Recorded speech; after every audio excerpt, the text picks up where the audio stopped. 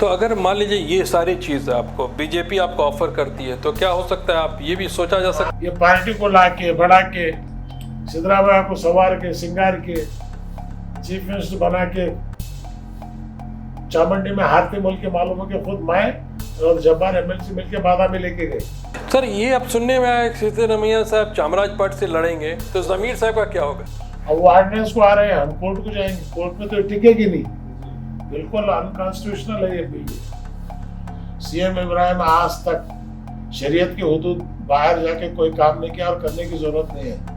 आज हम सीएम इब्राहिम साहब के साथ बैठे हैं और आज उन्होंने पिछले हफ्ते कुछ कर्नाटका का दौरा किया था और सुनने में आ रहा है कि आगे भी बहुत दौरे करने वाले हैं, तो इसके बारे में जानने की कोशिश करेंगे। दूसरा बात यह है कि जो नया लॉ आ रहा है काउ स्लॉटर बिल का, उसके बारे में बात होगी। और तीसरी जो अफवाहें चल रही हैं या हकीकत है, ये जानने की कोशिश करेंगे कि जल्द ही कांग्रेस छोड़ने वाले। सर, आपका बहुत बहुत शुक्रिया टाइम देने के लिए। आपसे पहला सवाल ये है कि सर, आप कर्नाटका का दौरा किया लास्ट वीक और सुनने में आ रहा है आप बहुत जगह और जाने वाले हैं, क्या इसको समझा जाए, कांग्रेस जल्द छोड़ने की तैयारी हो रही है? देखिए, मैं पिछले 40 साल से 50 साल तो हो गए मुझे सियासत में,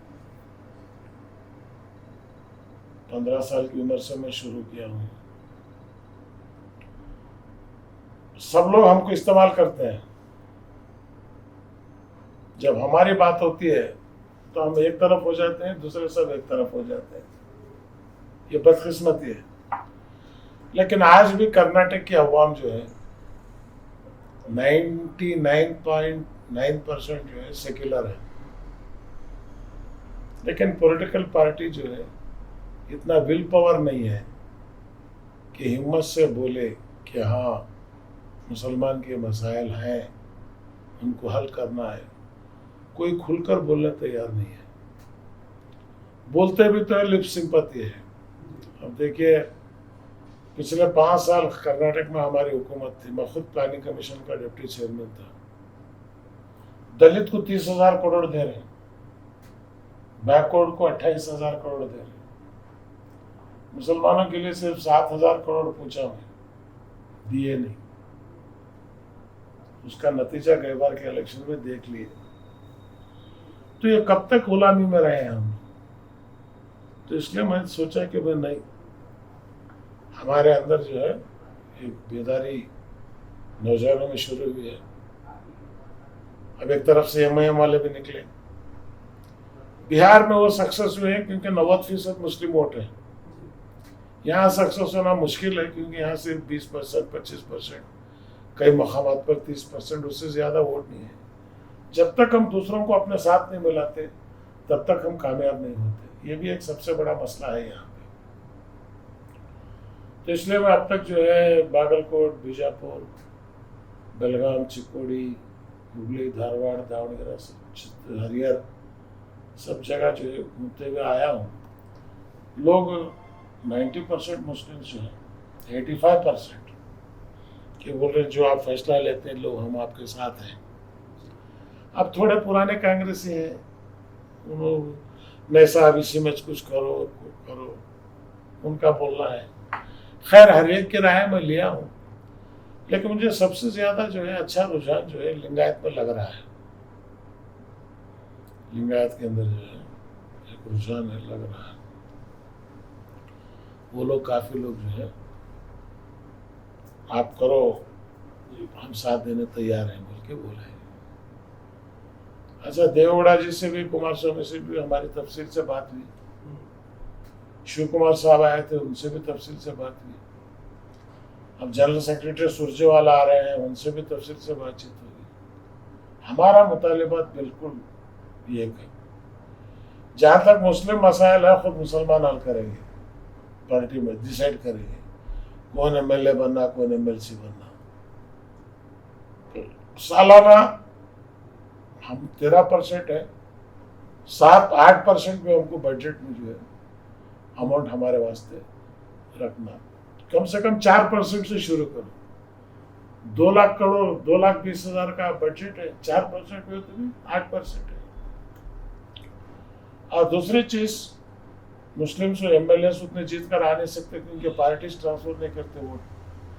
साल में जो है 2 एमएलसी जो है कंपलसरी मुसलमानों को देना और 2 राज्यसभा सीट जो है मुस्लिम्स को देना और पार्लियामेंट जहाँ जीत सकते हैं वहाँ पर देना। तो ये तमाम मुतालिबात हैं। तो अगर मान लीजिए ये सारी चीज आपको बीजेपी आपको ऑफर करती है तो क्या हो सकता है, आप ये भी सोचा जा सकता है? नहीं, ये भी है। देखिए, बीजेपी का ये बोलने से काफी नहीं होगा।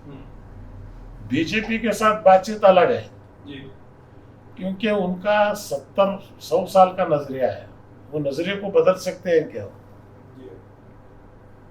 मुसलमान के खिलाफ नहीं, इस्लाम की दुश्मनी छोड़ने तैयार नहीं क्या वो नेशनल लेवल में।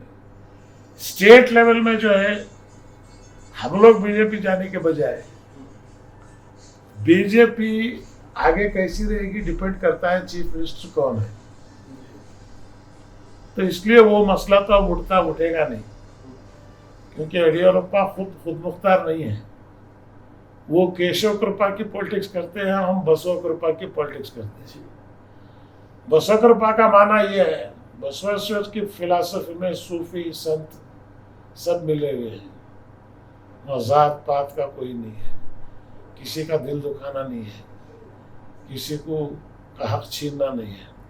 हकदार को हक देने का नाम ही बसव तत्व है। ये केशव कृपा में नहीं है।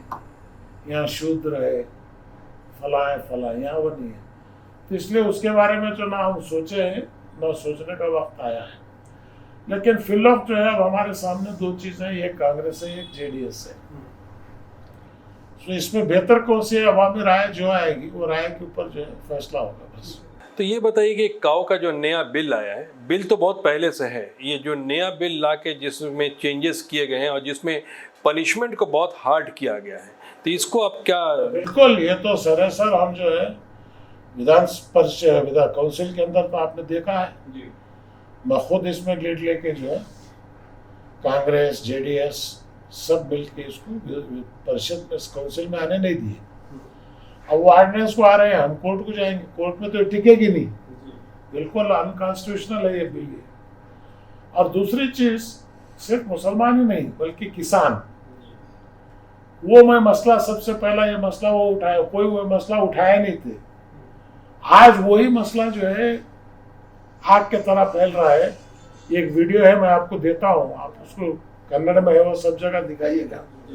किसान यही पूछ रहा है, ठीक है भाई, मैं आज जो है दूध ला 50,000 देके गाय ला, दूध देना खड़ा कर दी, तो मैं वो गाय को कहाँ ले जाके बेचूं?